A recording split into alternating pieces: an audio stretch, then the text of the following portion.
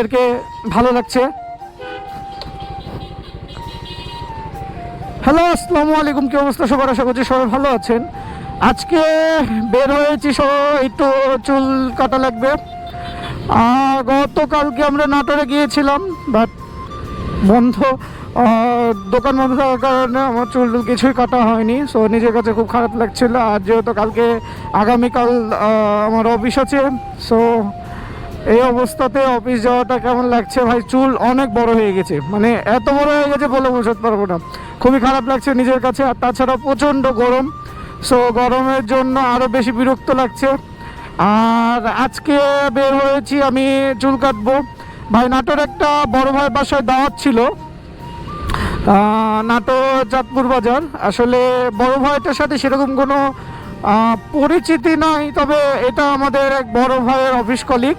আমাদেরকে ঈদের ভিতর এসে সবাইকে একসাথে দাওয়াত দিয়ে গিয়েছিল, বাট সেই সময়টাতে যাওয়া হয় নাই। আর রিসেন্টলি তার আবারও ফোন পাওয়াতে আমরা সিদ্ধান্ত নিই যে এই শুক্রবারে আমরা যাব। তো গত 2 তারিখে আমরা গিয়েছিলাম নাটোর চাঁদপুর বাজারে। ভাই আসলে সচরাচর বাসায় সেরকম থাকে না, অফিসের কাজেই ব্যস্ত থাকে। আর গ্রামের মানুষ ভাই অসাধারণ। আপনি যদি কোনো গ্রামের বাসায় দাওয়াতে যান, সেটা হোক চেনা বা অচেনা মানুষ, অচেনা মানুষের বাসায় দাওয়াতে গেলেও আপনাকে চেনা মানুষের মতনই আপ্যায়ন করবে। আর তাদের যে আপ্যায়নে এত আনন্দ, সেটা আপনাদেরকে বলে বোঝাতে পারবো না। আসলে তারা অনেক খুশি হয়েছে, আমরা গিয়েছিলাম বলে তারা অনেক খুশি হয়েছে। আর আপ্যায়নে কোনো কমতি ছিল না ভাই।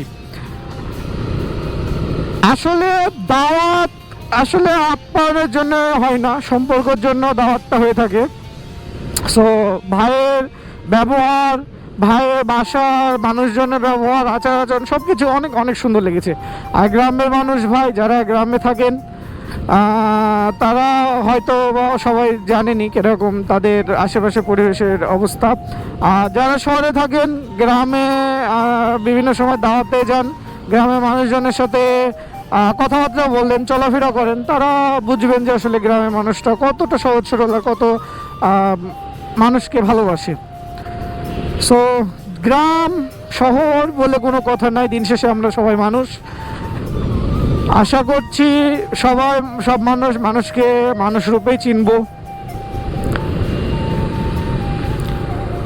আর এখন একটু কাজে গিয়েছিলাম, তবে যাচ্ছি চুল কাটতে। আশা করছি আমি যে ভিডিওগুলো আপনাদেরকে দিচ্ছি সেগুলো আপনাদেরকে ভালো লাগছে।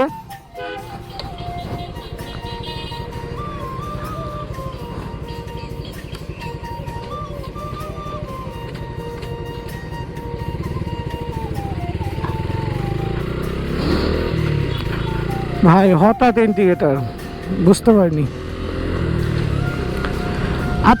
আশা করছি আমি যে ভিডিওগুলো আপনাদেরকে দিয়েছি সেগুলো আপনাদেরকে ভালো লাগছে। আর আপনারা ভিডিওগুলো কি হিসেবে চান, ডেলি বেজে নাকি প্রতিদিন একটা করে কি ভিডিও আপলোড করব, নাকি একদিন পর পর করবো, সেটা অবশ্যই জানাবেন। ভিডিওতে যদি কোনো সমস্যা থেকে থাকে সেটাও আমাদেরকে অবশ্যই জানাবেন। রাজশাহীতে এখন ফুলের মেলা চলছে। আসলে প্রায় প্রতিটা ফুলের গাছে ফুল ধরেছে। সো রাজশাহী অনেক অনেক সুন্দর হয়ে আছে দেখা যাচ্ছে। সো রাজশাহী অনেক অনেক সুন্দর হয়ে আছে। আর ভাই রাজশাহীতে গাছপালা আগে একসময় অনেক ছিল, বাট রিসেন্টলি গাছপালা কমে গেছে।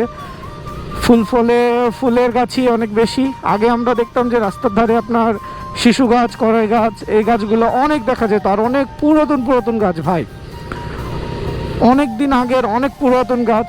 সো সেই গাছগুলো দেখা যেত, বাট এখন রিসেন্টলি এই গাছগুলো এখন আর দেখা যায় না। রাস্তা নির্মাণের কাজের কারণে এই গাছগুলো প্রায় সবই কেটে ফেলেছে। এখন রাস্তার ধারে শুধুমাত্র ফুলের গাছ ছাড়া সেরকম কোনো গাছ আর নাই। সামনে এক বন্ধুকে রিসিভ করব, দেন তাকে নিয়ে যাব চুল কাটতে। সকাল করে দুপুর হয়ে গেছে, এখন একটা কাছাকাছি। প্রতিদিন ভিডিও দেওয়ার উদ্দেশ্য হলো রিসেন্টলি ভিডিও করার খুব শখ জেগেছে। সো যার কারণে প্রতিদিন ভিডিও আপলোড করছি।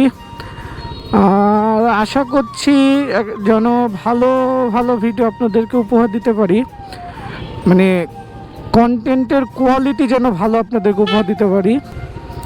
এত নিচা, দেখ কত নিচা, নিচা দেখাতে আসলাম তোকে।